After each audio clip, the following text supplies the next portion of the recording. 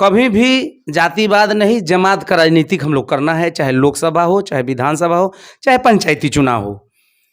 हम लोग चाहते हैं कि किसी के पीछे प्रतिनिधि न लगे। जीतने से पहले उन्होंने हर जगह जा करके हर लोगों से पूछा था, लेकिन चुनाव जीतने के बाद हमको नहीं लगता है कि कभी वार्ड में आकर पूछा। आप देख रहे हैं रिसेंट इंडिया और न्यूज क्रांति। मैं हूं रोशन कुमार और आज मैं पहुंचा हूं पिरारीडीह पंचायत में। और पिरारीडीह पंचायत में एक टीम बनाया गया है जिसका नाम दिया गया है महागठबंधन। और महागठबंधन का काम क्या होगा, क्या उसका प्लानिंग है, जानते हैं योगिंदर राय जी से। तो सबसे पहले योगिंदर राय जी, आपका मेरे चैनल पर स्वागत है। आपका भी स्वागत है रोशन जी। इस महागठबंधन के बारे में बताइए कि यह महागठबंधन किस लिए बनाया गया है और इसका क्या मतलब आगे कार्य होगा। सभी भाई को नमस्कार है। आज हम लोग बैठे हैं महागठबंधन के बारे में कुछ बताने के लिए जनता के बीच में। 2001 से पंचायती चुनाव हुआ है, जहाँ तक कि हम जानते हैं उसका पहले हुआ था, 2001 से शुरू हुआ है। और 2001 से हम लोग सक्रिय हैं पंचायती चुनाव में। 6 में हम भी लड़े हैं, 6 से 11 में रहे हैं। उसके बाद लगातार चुनाव होता रहता है, हर भाई भी, हर मतलब कि जनता, सब आदमी को जगह दिया गया है।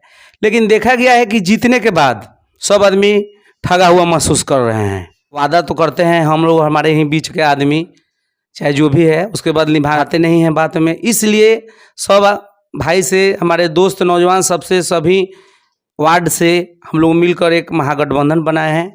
इसका मुख्य उद्देश्य यही है कि कभी भी जातिवाद नहीं, जमात का राजनीतिक हम लोग करना है, चाहे लोकसभा हो, चाहे विधानसभा हो, चाहे पंचायती चुनाव हो। हम लोग चाहते हैं कि किसी के पीछे प्रतिनिधि न लगे, डायरेक्ट हो। इस पर हम आपको रोकना चाहेंगे। प्रतिनिधि वाली जो बात आ रही है, इसमें कई दिनों से मैं सुन रहा हूं कि आप लोग बार बार कहते हैं कि फलाना के प्रतिनिधि, चिलाना के प्रतिनिधि, प्रतिनिधि को लेकर विवाद होता रहा है। तो आप लोगों का यही डिमांड रहेगा और यही मांग रहेगा कि जनता उस व्यक्ति को चुने जिसको प्रतिनिधि की जरूरत ना पड़े, वो खुद अपने ऊपर निर्भर हो। यही आपकी डिमांड है? बिल्कुल। पर्दे के पीछे से और एक डायरेक्ट हम बोलेंगे कोई डायलॉग, अगर पर्दे से पीछे, दोनों में अंतर हो जाएगा, बीच का अंतराल हो जाता है। काहे कि अपने विवेक से हम बोलेंगे, कोई पीछे में है गाइड्स करेगा हमको कि फलना चीज़ बोलिए ना, ये बोलना है, तो अंतर होगा कि नहीं। तो हम डायरेक्ट क्यों नहीं चुनेंगे? क्या वैसा किसी, चाहे जो भी सीट आएगा, पिछड़ा वर्ग हो, अति पिछड़ा हो, सामान्य हो, क्यों नहीं है हमारे बीच में नौजवान? बहुत से हैं, लेकिन हम लोग को ढूंढने की जरूरत है। हम लोग बहकावे में आ जाते हैं, चाहे हम पर आवे चाहे कोई पर। ऐसा प्रतिनिधि चुनिए जो कि डायरेक्ट हो, इनडायरेक्ट को मत चुनिए, चाहे जिस वर्ग से आते हों। एकदम मेरा और मेरे भाई से यही सही होगा कि ऐसा मत कि इसमें आप लोग गलत महसूस कीजिएगा, ये फंसने वाला बात है। आज के बाद चाहे जितना भी मेरे पिरारी पंचायत में काम होगा वो एकदम स्वच्छ होगा, चाहे जो भी करावे हम करावे, चाहे पूरा जानने का सबका हक है। 4 रुपया आया है तो 4 रुपया का काम दिखाना पड़ेगा सब आदमी को, नहीं तो अब गुंजाइश नहीं होगा। ये महागठबंधन का निर्णय है। महागठबंधन का निर्णय है। अभी आपका कुछ दिन पहले पंचायत चुनाव हुआ है, उसमें भी आपके जो जनप्रतिनिधि चुने गए हैं, उनके विकास की अभी कार्य की शुरुआत हुई है या नहीं हुई है? काम अभी तो शुरू हुआ है। काहे कि जब चुनाव हुआ उसके बाद बदली हो गया प्रखंड स्तर पर कर्मचारी लोग का, उसके बाद चार्ज लेने में, वो तो चार्ज मुखिया का होता नहीं है, चार्ज तो होता है कर्मचारी का। तो कुछ बाधाएं हैं। पंचायत सेवक से हमारी बात हुई थी तो बोले कि भाई कुछ प्रॉब्लम है, उसको हम ठीक करके काम कराने लगेंगे। तो अभी तो शुरू किए हैं, देखा जाएगा कि क्या करते हैं। उनको भी निष्पक्ष काम कराना होगा। यदि काम ठीक नहीं कराएंगे तो उन लोगों को भी महागठबंधन की तरफ से रोका जाएगा कि काम सही हो, चाहे कोई भी हो। लोहिया स्वच्छता मिशन के अंतर्गत कचरा प्रबंधन का शेड का निर्माण कराया जा रहा था, निर्माणाधीन दीवार धराशायी हो गया। इसके बारे में बता दें, पूरा गांव जानता है, पूरा पंचायत। आखिर क्यों गिरा? वह जो है कि अभी उस पर 1 रुपया सरकार का नहीं लगा हुआ है। हम लोग, सरकार बोले कि मतलब कि पंचायत सेवक बोले, चाहे जो भी हमारे इंजीनियर साहब आए थे, उसका खुद हम निर्माण करवा रहे थे। लेकिन वो माटी बराबर करवाया जा रहा था, उस पर कोई 1 रुपया, उस पर कोई मैंने नहीं बोला। बहुत लोग बोले निर्माणाधीन गिर गया। नहीं, निर्माणाधीन सर हुआ ही नहीं है, इसको जाना।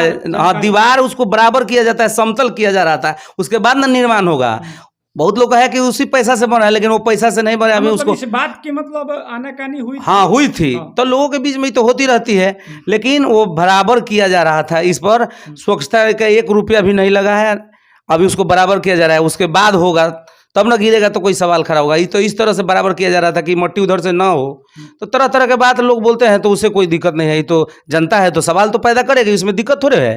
फिलहाल अभी मतलब पंचायत में अभी जो समय बचा हुआ है, इस कार्यकाल में क्या क्या विकास की योजना अभी तैयार की जा रही है? इसके बारे में हमको तो जानकारी नहीं है, चाहे जो भी मेरे सहयोगी है वो शायद वो भी नहीं जानते हैं। अब तो जो है खासम खास जो हैं कि हम समझते हैं कि हम ही सब अपना कराए हैं, वो अब जवाब देंगे। 2 अक्टूबर को हर साल गांधी जयंती के दिन सरकार यह आदेश देती है, पंचायती राज के तहत एक आम सभा का आयोजन किया जाता है। क्या इस बार आयोजन किया गया था? इसकी जानकारी आपको है या नहीं है? नहीं है, आज तक पिडारी में ऐसा ही होता है, किसी को कुछ जानकारी नहीं होता है, कागज पर सिर्फ होता है, डुगडुगी बजाया जाता है, चाहे बोला जाता है कि लोग सवाल पैदा करने लगेगा। लेकिन हम लोग के बीच में ही जनता से अपील करते हैं कि वैसा काम लोग मत करे कि सब चीज को जाने।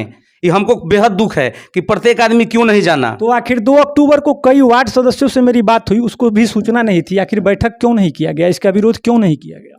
जानकारी होगा तब, नहीं तो वार्ड सदस्य को विरोध करना चाहिए, वार्ड सदस्य को करना चाहिए, उसको भी वार्ड का पावर मिला हुआ है। नहीं बोलता है लोग कि हमको हिस्सा चाहिए कि हमको नहीं मिलेगा, इसलिए विरोध नहीं करता है। जब हम निष्पक्ष रहेंगे तो विरोध करेंगे। नहीं तो अभी मुखिया जी का मतलब कोई स्टेटमेंट भी नहीं आया है कि 2 अक्टूबर को बैठक नहीं किया गया। ये तो मुखिया जी तो बताएंगे ना आपको बारे में, क्यों नहीं किए, तो गलत बात है, उनको करना चाहिए। मुखिया जी को बताना चाहिए कि भाई 2 अक्टूबर के बारे में क्या होता है, गांधी जयंती सब राष्ट्रपिता के बारे में कि उस दिन होता है एक बहुत बड़ा, हर जगह साफ सफाई होता है। पता नहीं पंचायत भवन में साफ सफाई उस स्थिति में हम कानपुर जा रहे थे, दिल्ली भी घूमे, देखे कि पूरा रेलवे स्टेशन सब सफाई होता है, क्योंकि स्वच्छ के बारे में गांधी जी पूरा मैंने बताए हैं, उस पर अमल करना है हम लोग को। लेकिन अब जब खुद जानकारी नहीं है तो दूसरे को क्या बोलेंगे हम। जब और लोगों से भी हम राय लेते हैं। आप तो पंचायत समिति है इस पंचायत के जी, तो महागठबंधन का क्या प्रपोजल है आपका? महागठबंधन का प्रपोजल यही है कि हम लोग जिस उमंग से मुखिया जी को जिताए हैं, पंचायती में जो भी काम हो सही से हो। 2 अक्टूबर को बैठक नहीं हुआ, आपको जानकारी है? नहीं, हमें भी जानकारी नहीं है। अभी आप लोगों का कहना है कि हम उसको नेता चुनेंगे जिसको प्रतिनिधि की जरूरत नहीं पड़ी। जी, लेकिन इनको तो प्रतिनिधि की जरूरत है, वर्तमान जो मुखिया चुने गए हैं। तो अब आगे आपका क्रियाकलाप क्या रहेगा? आगे यही रहेगा, कहने का मतलब हमारा जो सिस्टम से जो भी काम आएगा हम तो करेंगे ही। हम मुखिया अपना जो सिस्टम से करना है वो क्या करेंगे नहीं करेंगे हम क्या जानते हैं।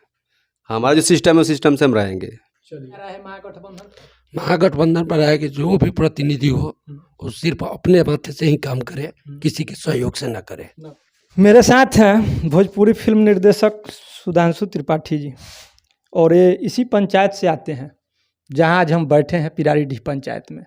आज़ादी के बाद से आपके वार्ड में पहली बार कोई काम हो रहा है सड़क निर्माण का। उम्मीद है कि सड़क बनिए जाएगा, इस पर आपका क्या है? सबसे पहले तो जितने भी आपके चैनल के जितने भी भाई जुड़े हुए हैं सबको मेरा नमस्कार है चैनल के माध्यम से। और आपने जो सवाल किया कि आज़ादी के बाद जो ये विकास का काम हो रहा है, बहुत सुंदर आपने सवाल किया। और ये दुर्भाग्य है हमारे पंचायत का, और दुर्भाग्य है उन जनप्रतिनिधियों का जिन्होंने आज तक इस पर ध्यान नहीं दिया। ये वार्ड जो है, वार्ड नंबर 7, जो मैंने भी कई बार प्रतिनिधि हैं उनसे मैंने आग्रह किया कि ये गांव दलित बस्ती है, अति पिछड़ा गांव है, इस पर ध्यान दिया जाए, लेकिन कोई भी जनप्रतिनिधि इस पर ध्यान नहीं दिया। हम खुद जो भी इसके पहले के जनप्रतिनिधि हैं, आप जाके सवाल कर सकते हैं, उनसे भी आग्रह किया कि इस पर काम कराया जाए। आप हमारे गांव में जाइएगा तो पानी निकलने का साधन नहीं है, जो हम लोग हरिजन बस्ती बोलते हैं। उप मुखिया जो थे उनको भी बुला के और 2-2, 3-3 बार उन्होंने नापी तक कराया, लेकिन फिर नापी कराने आए, लेकिन उसके बाद गए तो दोबारा नहीं आए। यानी कि मतलब विकास से कोई लेना देना। हमारा जो वार्ड का काम आता है, हमारे वार्ड का कोई कंप्लेन जाता है तो यहाँ के लिए फंड नहीं रहता है। ये सच्चाई है कि जब भी यहाँ के लिए जाते हैं तो ये कहा जाता है कि अभी फंड नहीं आया है। ये दुर्भाग्य है, हमारे वार्ड का दुर्भाग्य है, और शायद हम लोगों की गलती है कि हम लोग इनको वोट करते हैं।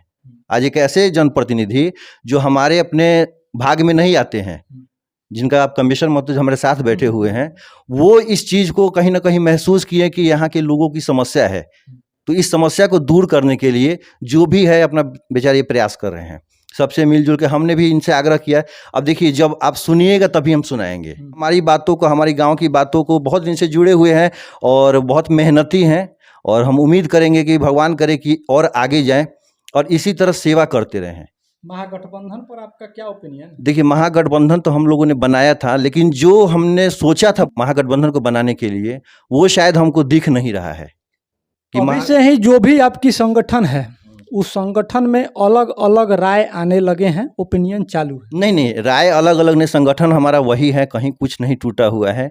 लेकिन इसमें चाहिए जो संगठन का हेड है, जिसको हम लोगों ने सपोर्ट किया था सब लोगों ने मिलके, उनको भी संगठन के लोगों को ध्यान रखना चाहिए।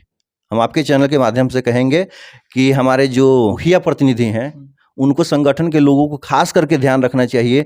चुनाव जीतने से पहले उन्होंने हर जगह जा करके हर लोगों से पूछा था, लेकिन चुनाव जीतने के बाद हमको नहीं लगता है कि कभी वार्ड में आकर पूछा भी होगा। ये नहीं है कि हम उनके प्रति कोई गलत सोच रहे हैं या संगठन में कोई, इसके लिए जो भी हमारे भाई हैं ऐसा नहीं सोचे कि हम उनको किसी बात का विरोध कर रहे हैं, पर उनका फर्ज बनता है कि आकर पंचायत में हर वार्ड में जाके, एक हमारे वार्ड में नहीं, चुनाव जीतने के बाद या चुनाव हारने के बाद कोई भी प्रतिनिधि है उसका फर्ज बनता है चुनाव जीतने के बाद आप आगे के लिए करिएगा और चुनाव हारने के बाद भी आप आगे के लिए करिएगा कि हमारा अगला भविष्य, अगर आगे की राजनीति करना है।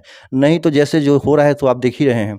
तो हमारा यही आग्रह है कि कम से कम पब्लिक के पास जाएं और जैसे चुनाव के पहले जाते थे वैसे ही जाएं और उनका दुख दर्द समझें, पूछें उनसे क्या समस्या है। और मैं कहना चाहूँगा उन प्रतिनिधियों से जो जीते हुए हैं और जो हारे हुए भी हैं, हार जीत लगा रहता है, कि कम से कम बजराहा का वार्ड नंबर 7 का विकास किया जाए। सब मिलकर सहयोग करें ताकि यहाँ की जनता आगे भविष्य में उनको सहयोग कर सके। तो मुखिया प्रतिनिधि महोदय, अगर मेरी बात आपको जानकारी मिले या ये वीडियो अगर आप तक पहुँचे तो इस बातों पर आप पहल करें और यहाँ बैठे सभी आपके संगठन के ही कार्यकर्ता हैं।